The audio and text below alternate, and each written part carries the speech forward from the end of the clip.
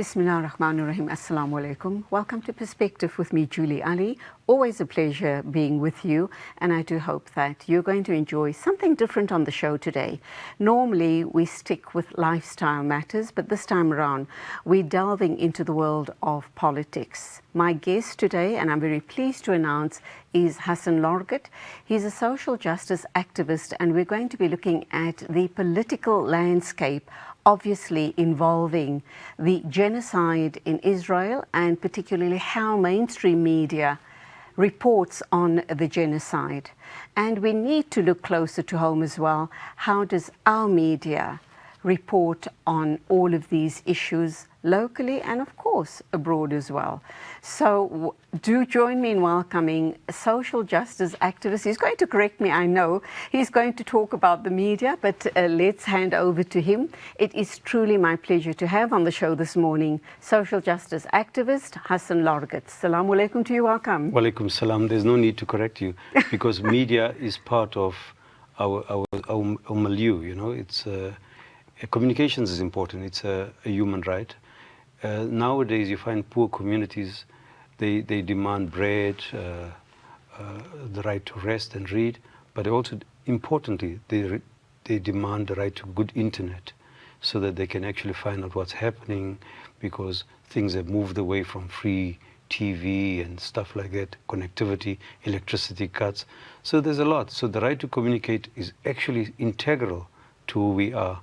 So you can find out where's the food queues, where's the rights office, where you can get jobs. It's an opener for other rights, you know. So yeah, there's nothing to correct.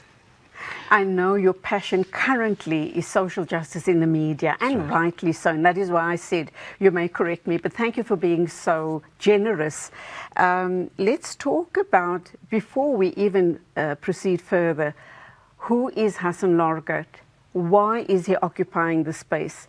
And why is he so passionate about the issues that we're going to be unpacking on Perspective today, right here on Hilaal Media, Hilaal TV? You know, for me, I must confess that I learned a lot of my craft, my politics, if you like, from the trade union movement. I know today when we look at the union, say, oh God, these guys, you know, they've lost the plot. You're referring to SATU? Before. SATU was my last union job. Okay. The first union job that I actually had, I was actually studying to become a teacher under apartheid. And I did not even the most revolutionary thing. I went to a meeting and got expelled for it. So I was out of teachers training college. So then I had to do part-time teaching and stuff like that. But while many of us, 12 of us, were expelled, some of them suffered certain depressions because you had a career path, etc. And then, you know, for us, I grew up in a poor space. I was in an orphanage, and I kind of had to grapple, you know, how do I make sense of this? And then we tried to democratize a trade union, a conservative union in the municipality. And then I started reading, of course, the big unions of COSATU, the formation of COSATU, you know, and then I took interest. Eventually, I got a job in the Metal and Allied Workers Union, which eventually merged with other unions to become MAU, to become NUMSA, sorry. So MAU was ours. So in that time, I have a lot of credit to give to organizers, Petros Peko, Baba K was from Swaziland, Bernie Fenneroff, I had mentioned he's a Jewish guy, the organizer. These were good people wanting to build organizational power. And might I add here, we do know, we are aware, and we do say it out loudly, that not all Jews are Zionists, and we keep making that distinction. And I suppose that is exactly your thoughts as well. In fact, we didn't even see, that may have been an inspiration for justice, because Jewish people have suffered a long time, whatever the motivations. But he was a left-wing guy, he's an astrophysicist. Moses Maiki, so that was the kind, we were the young people there coming into the unions. But I remember that early unions used to talk about mandates and report backs. That when a leader goes to a meeting, that leader has to consult with the workers in a particular place to say, I'm going to talk about this, I'll tell you what happens. Because there's a lot of mistrust, disinformation, of course, in a time when internet wasn't there. But why this is important, it lays the basis for an understanding for an accountable democracy. That if you want to build an accountable democracy, you must be tied to your constituencies or your people. And you must take the mandate that they've given you and come back and report back. I remember when the political heat was going on in places in Indonesia where the UDF and others. I was in the audience. Tutu spoke in one of them. He says, oh, they keep telling you, where did you get your mandate? Where's your mandate? But there's a big talk in the early days of the emergence of the unions in the 80s onwards about mandates and democracy. And where do we stand now? Excuse the interruption. When you talk about the unions in the early days and in the time of apartheid, when unions were being formed, and you make a comparison with our unions today, you talk about mandates, which is very, very important. Making that comparison, do you believe that our unions today are serving the masses? I think there's a struggle inside the unions to revitalize. And I mean, you could see the change of culture. As it comes towards a democracy, the T-shirts were replaced by suits. The language of unions started changing. In fact, when we were in the unions growing up, we'd hear at the same time translations in the Sotho and Nguni languages. And as things got to the elections and the unions, COSATU and others started to play a role in the negotiating process, the language and the style of dress began to change. And with that, if you like, greater sponsorship into the unions, the idea that workers would fund their own struggle started to decline. And I think I raised these issues as an inspiration to why media sponsorship later years, as we may talk about, is a problem. Because why did the unions want workers' control? They wanted to control their own organization, their own vehicle, which was a social movement union that was opening society. It inspired all of us, irrespective of your cultural, racial background. The unions was a force of good, and when you referred to the unions, oh, it was a matter of pride. When I spoke to people overseas, they said, God, you guys are crazy. Your union, our unions are asleep. So maybe it's the middle class spread. The unions are getting old, you know, they were middle aged, etc. But maybe the teenage years are the vibrancy of that democracy. The fire of teenagers. Yeah, that we need to rekindle, because the union at that time was a movement. It was an organization, but part of a movement that inspired others. They called themselves at one stage social movement unionism, what we called. I was passionate about how worker poets, they would say, Kabula would be on a factory crane and thinking of a poem. And now as a person who's writing poetry, I can see that I'm doing something else. I say, God, this word inspires. But there was workers, Mihlatswaya, Nise Malange, others. These were the worker poets' culture. They were choirs for frame workers. They were like almost a competition amongst the workers. Leadership in many ways was broadened. It was not the elected leaders. Leadership was shared. It came from the ground. Leadership came from the ground up. But you were a leader because you were cultural, you were a poet. Because you, the Imbongi, you could speak some truths that the guys would be worried about you. There was a clear balance. In fact, sadly, when Alfred Kabula died, I went to the funeral with some friends, and Arisitas was there. Very few of us were there. But his last poems were quite sad. How he was like almost implying that he was sitting in an unemployed queue, and the comrades were in positions of influence actually walked him by. No, comrade, we'll phone you back, we'll phone you back. And he never kind of got that connection.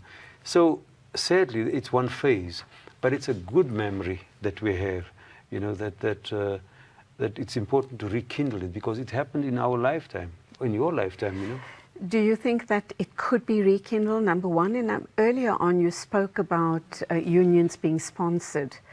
That would then indicate that they could be captured, could they not?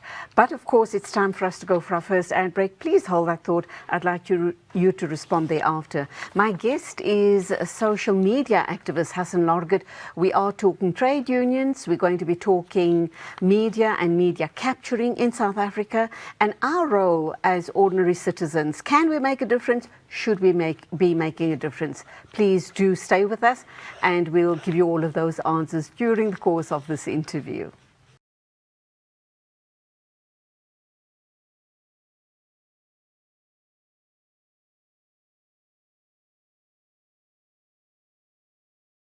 Bismillah ar-Rahman ar-Rahim. I'm very pleased to announce that my guest on Perspective today is social justice activist Hassen Lorgat. We're talking about all things politics, and somewhere along the line we are also going to be talking about media and how media gets captured as well. Back to you, Hassen. We spoke about that just before the ad break. Can you elaborate more on that? I think the unions obviously started gathering clout. They had membership. They paid for their own struggles, if you like. But what happened is that they formed investment companies. These investment companies sometimes, like in the case of ETV and others, the textile workers bought in there. The NUM, I think the investment companies got shares in Prime Media.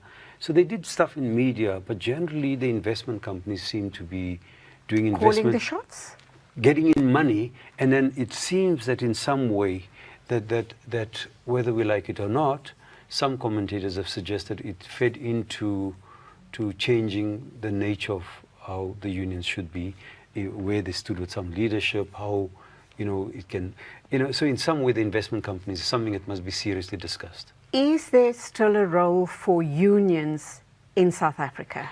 There's always a role for dissenters, for justice, for a person like you or me to say, I've been treated wrong, I need assistance from my colleague or someone to make sure I'm fairly represented. You have a right. The union set these traditions inside labor law that anyone who accuses you has to give you in advance your charges, where you are, and you have the right to representation. We grew up, it almost became second nature before we had a democratic constitution. So the whole issue about building strong movements and organizations predates good law. We used the power of organization and camaraderie, no big money at that time, to build solidarities, that a value system that we wanted. Now we've got good law but weak organizations all over. You don't find civics, you don't find, it's not only the unions that have gone into decline, everywhere. Our politicians, at the time of our democracy in '94, you could find Dalla Umar's phone number on the letterhead or whatever else. You could have access to leadership. You try and find your leaders now, it can take you 2 years trying to phone one person. Right? Absolutely. Let me just fast track and talk about something that's really close to your heart, my heart, and I should imagine all people who believe in humanity. Let's look at the issue around trust, justice, and most importantly, Palestine. We're talking, you're a social justice media activist, and you in your work often link ethical journalism with justice for Palestine. Can you explain why telling the truth in media is part of this broader struggle? I've used the word, and I don't know whether it was Edward Said who said it or who, but I always thought it was also mine, that Palestine is the litmus test of our humanity. When someone is getting so beat up, right, so surveyed, I mean, people's homes, they stopped every checkpoint, the dehumanization. I mean, it did not happen only now the last 2 years of this genocide. It was a slow, incremental torture, marginalization of a community. People who fought for the rights to be free and to determine their destiny. So in many ways, it's said we don't want Palestinians to die so that we become better humans. Palestinians cannot die, and that's the reason why we make these interventions. But Palestinians will die if we allow local groups in our country where we are. It's far away. We are mediating this solidarity through internet and friendship, sometimes a phone call. But the true connection is Zionism is embedded in all societies, and that our challenge here is to how do we engage those who are not solidaristic towards the cause of Palestinians. As we speak now, over 60,000 people known to be dead, very conservative figure, over Lancet. Palestinians, obviously. Palestinians killed by Israel, the defense force. But the Lancet, a reputable medical journal, said that this is an underestimate. There are hundreds and thousands of people lying under rubble. In fact, there's some article I read where the dogs are getting fed and the people are thin. Because you can imagine what that is. And journalists, close to 300 journalists being killed, more than many of the other wars put together. So this year, the question for us is, Israel is enabled by local Zionist groups. And we need to challenge that to make sure they see the light of our government. In fact, for me, the lamentation is that the media sets itself up as the fourth estate, a check on power. But power, if you like, as in the sense of the South African government, ANC-led, were more progressive than many journalists. When you pick up the phone here, oh, why are you talking about this? Oh, we've got our own problem. That is Hasbara putting the message in. Whereas we should be saying, we stand with those poor people. And let me come in here now. You have very, very strong feelings regarding the South African Jewish Board of Deputies and their Hasbara, meaning obviously their conditioning, their brainwashing, or the type of propaganda they feed out to the rest of the world. Propaganda, yeah.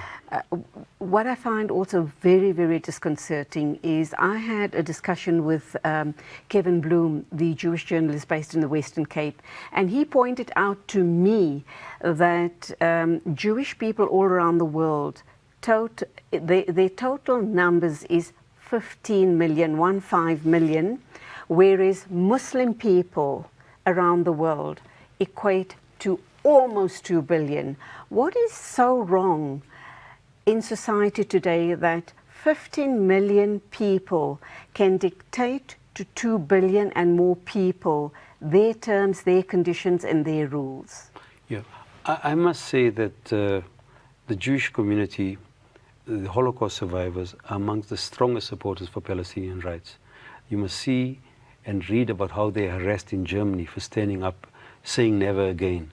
So Jewish students in New York, for example, went to the stock exchange, protesting there, saying that the people in the Senate and elsewhere bought into shares into the armaments, because this was led by Jewish students standing alongside Palestinians, and they regard it almost as protection. When we are there, we know that you won't be shot or beaten up as brutally as you would otherwise. So I don't think it is a small number. I think that the number of people who do this are Zionist ideologues. And really, Netanyahu, whom the people, I believe there was a massive protest the other day, close to 1 million in Israel, where they call him the crime minister. The crime minister has actually been trying to do this so that he can evade criminal prosecution, so he'll be in jail. So even inside there, in fact, I keep saying, Julie, that Haaretz, the Jewish newspaper, is the most progressive compared to South African media. I mean, so the point is, it's more complex. It's not a numbers game, because we'll come to the issue of genocide, where and how some of our local newspapers have reported it. It's quite clear that the Jewish communities have been an inspiration, showing us how to fight totalitarianism, Nazism, all the genocides. And some of the ideologues are trying to deny what's happening to Palestinians is a Holocaust. But not all of them. Because the guy, Omer Batov, he's an eminent scholar on Israeli, but he's in the States, eminent scholar on genocide, said, first when I saw this, I thought, when it's ethnic cleansing, small, yeah. He says in June last year, this is genocide. He says, I'm a scholar. He says in the New York Times and the Guardian, I'm a scholar of genocide. I know it when I see it. So the idea of trying to diminish what's happening to Palestinians, as happened in the Sunday Times this weekend by a woman, Siegel, from the Zionist Federation. And talking about that, in your open letter, you said that neutrality in the face of genocide is siding with the oppressor. Why is moral clarity so important in this context? Well, I was quoting Tutu. I was quoting Howard Zinn. Tutu says when there's an elephant, the elephant's foot is on the tail of a mouse, and say, hey, you must be neutral. He say, what does a poor mouse do? He has to scrounge out and find a way to fight. And Howard Zinn famously said, Howard Zinn he described himself as a Zionist, progressive Zionist in the early years. He basically said that you cannot be neutral in a moving train. My basic argument is, I know about hearing the other side, but I really say, should we have balance in the time of a genocide? When it is so overwhelming, it's in your face. It's the most recorded genocide in history. You pick up the phone. In fact, sometimes we don't want to watch because we're so weak, right? And then people still want to say that, no, the numbers are low. It's not a requirement under the Genocide Convention to have the numbers to be low. The numbers are not low, first of all, but it's not a requirement. You know, so in many, many ways, what's happening, denying that it's a genocide and the media underplaying the reporting. There's some of South African media do not even touch this topic. They don't touch it. I would like to see more coverage on ENCA, for example, on this. And we're going to talk about the Sunday Times and others and how they reported it. But clearly, this underreporting is a problem. Okay, we've got another minute before we take another ad break. But let me ask you, you mentioned Edward Said a minute or two ago. Is he still alive? No. He passed away recently, am I right? No, long ago, 2001, yeah. A while, okay. Yeah. Also a journalist from Israel. And he's a writer, intellectual, public intellectual. He's done amazing work to inspire thinking on that Palestinians are more than just what you see, you know, victims. Mm-hmm. They're intellectuals, they play the piano, they can sing, they can do different things. They're as human as you and I. Yeah. Let's go for that ad break. I am talking with social justice activists, social media justice activists, and that, of course, is Harun Lorgat. Still more to uncover on the show. Please do stay with us.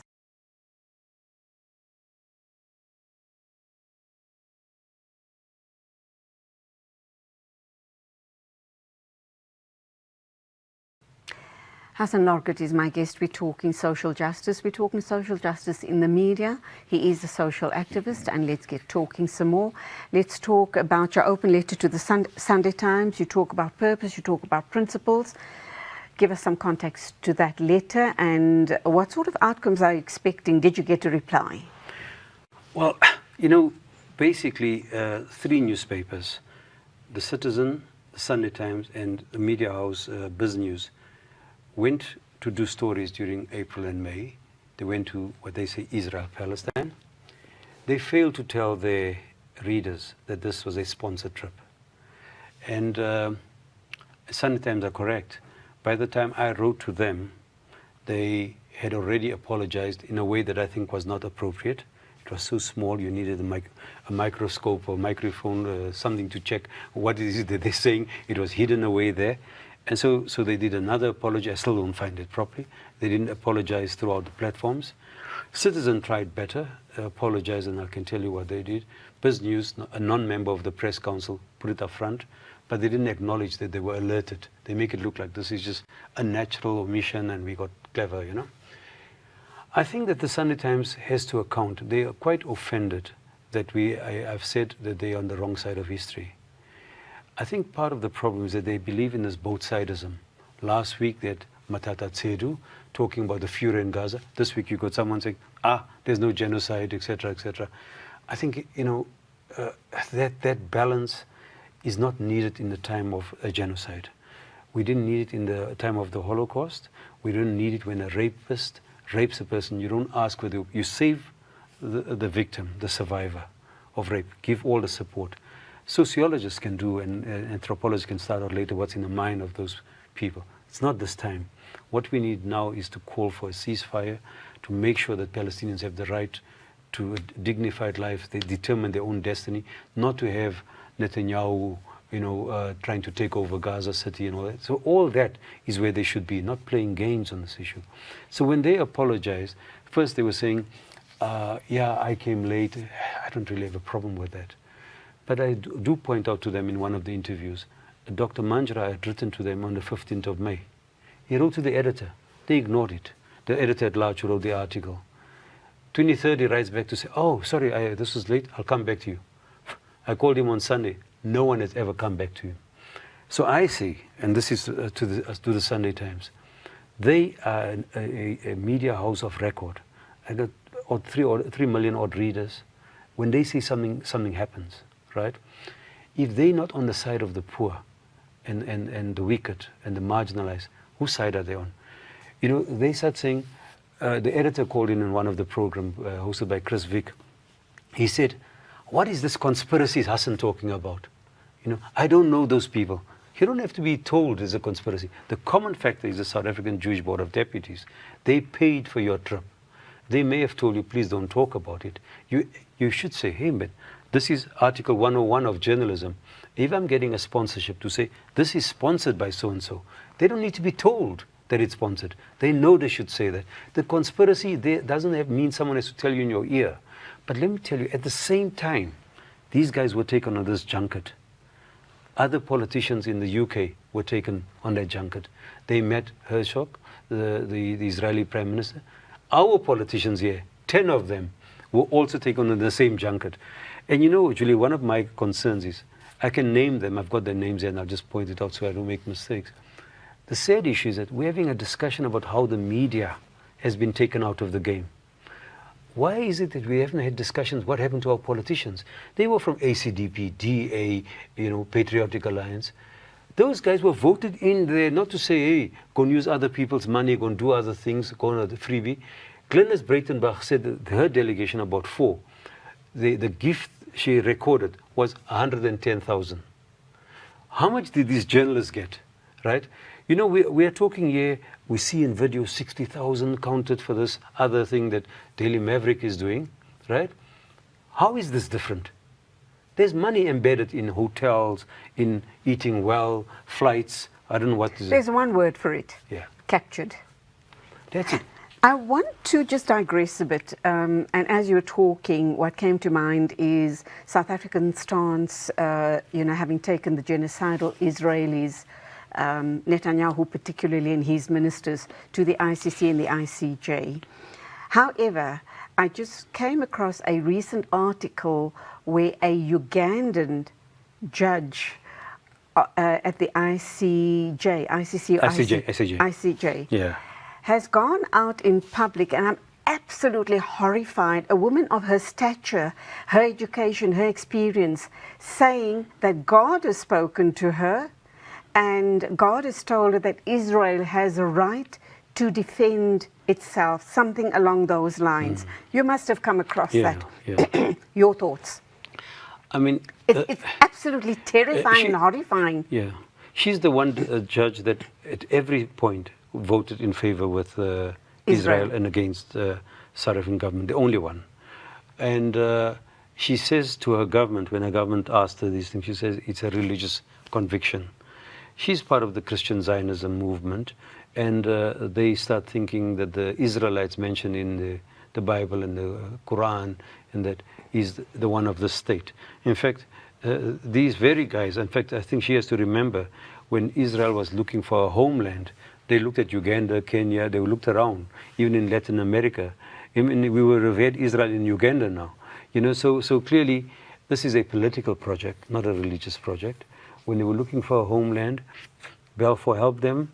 48, they had Deir Yassin, killed Palestinians. It is true. They killed Palestinians, and one of the Israeli cabinet ministers, his name is Aaron Sisling. He basically, when he heard about this, says, now we too behave like Nazis, and my whole being is shaken. He said it then, very early. And today people are drawing comparisons to earlier totalitarian rulers. Let's come back to this judge at the ICJ. A person of her caliber, the education that she's been through, sitting on an international body as the ICJ. How can we even reconcile the fact that she makes a statement such as that? I mean, really? God spoke to her and her religious beliefs, and prevents her from actually shutting Israel down, so to speak, or supporting the Palestinians. Yeah, I mean, the commonalities of all the major religions is compassion. This is Karen Armstrong who says it, you know, that all of them being in the shoes of the other. If she can't see that, I think she's being blinded by something else. But as I was driving here through from my township, I on the radio, there were many callers were coming through saying, oh, these magistrates want extra money. How many of them are the cases get thrown out because they are bribed? So the question is that we're talking about an accountable democracy. We're talking about judges being bought at the high level and the magistrates bought at the low level. We're talking about journalists being bought. And when journalists are bought, they can't keep these other aspects, other parts of society accountable because they are in the pocket. How can the editor of the Citizen or the Sunday Times asks Emma Powell or Breitenbach about Israel-Palestine when they were more or less in the same boat going there? So you need to have that. So simply what we've been asking for is, first we wanted to have a conversation. I'm now saying with these other cases of corruption, allegations of it, right? Let us have an inquiry like Kathy Satchell had before into media ethics. 5 years ago, this was held just after COVID, they couldn't publish, and that. It's time to have that. So we have an all-in conversation about the rights and wrongs, the warts and all about journalism. What do you say regarding South African journalism? What would be the red line not to cross? What does that look like to you from both perspectives? You mentioned Kevin Bloom, who writes now for Daily Maverick, whom I've fought against. And I must say, he's been a breath of fresh air in that paper. So in many ways, that Chomsky and Herman wrote a book about the propaganda model of media. Right? There are 5 filters. One of them, if the journalist stands up to be principled, they'll give them flack, basically mur, right? Get a beating up in different ways, inducements, etc., but to take them out of the game. So some of these journalists who were good at a particular point, actually you have to ask, why is it that they've gone bad, right? The papers are suffering, all that. But this should be the discussion of a media inquiry. So what we want is ethical journalism is not just checkbook journalism, right? You should go against your editors if they don't cover you, right, in a way that you want to be covered. If you want to speak the truth, I know a lot of journalists out there want to do it, but there are no journalist unions. In fact, Julie, you should belong to a union. All of you should have it. There are no unions. We've got an editors forum. Editors are highly compromised. They're the interface between money and editorial, right? And it's a problem. Well, we've got the South African National Editors Forum, and I'm hoping and praying that they do live up to their name. But that being said, once again, let's go for a short break. When we come back, we'll be wrapping up. I want to look at civil society, people and power, and also a vision for media and justice.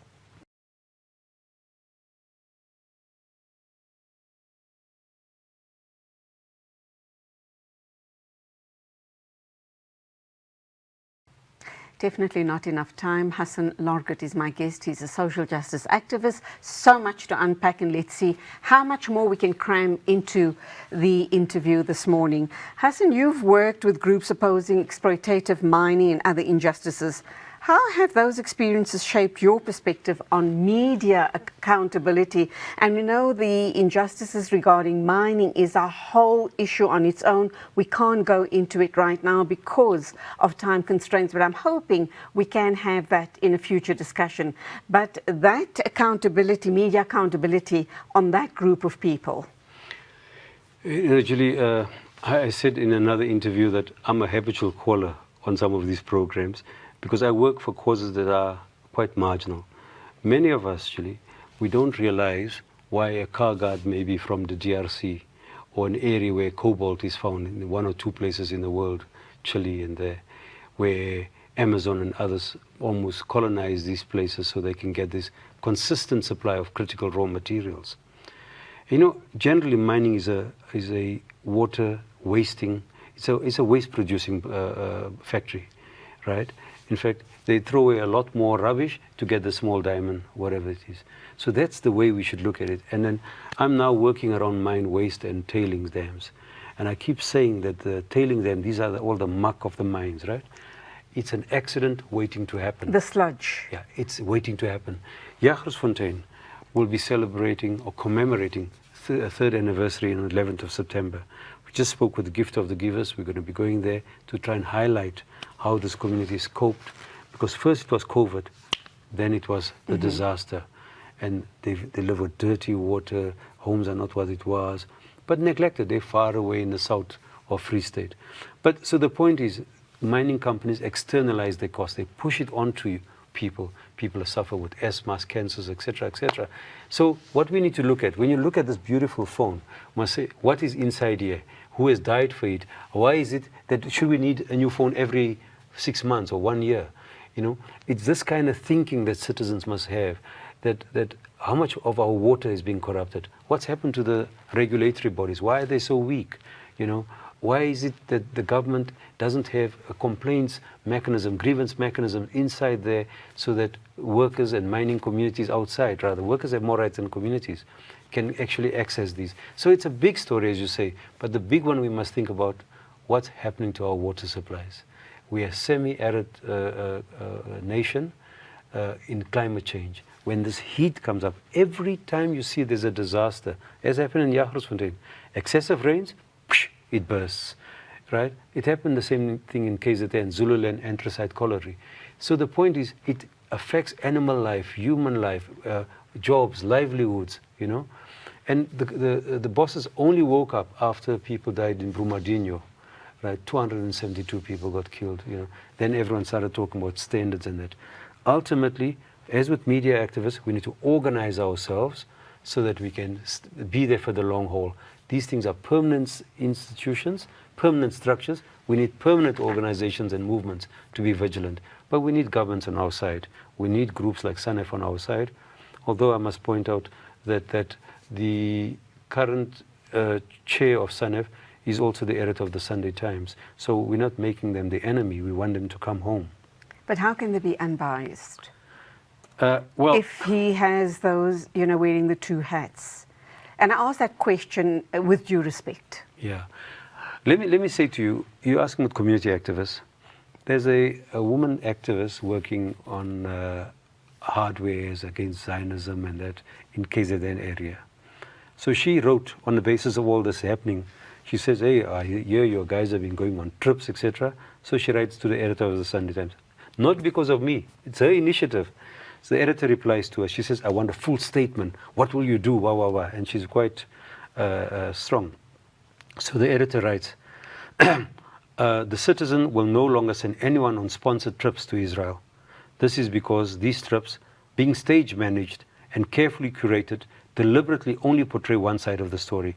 It is not possible to cover the other side because these trips journalists are restricted in where they can go and who they can talk to.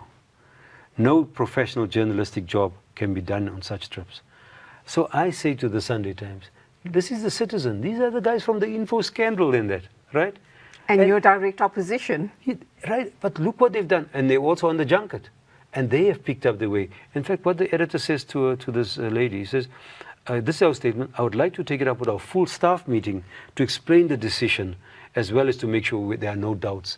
So we're asking this kind of thing for them. But when we ask for this is the Indaba before this Indaba, we must have a media Indaba. And you must be there, Julie. You know, Inshallah. All right. You've called for a full ethics inquiry to prevent further misuse of media. And we know that by and large, a large group of media houses in South Africa have been captured.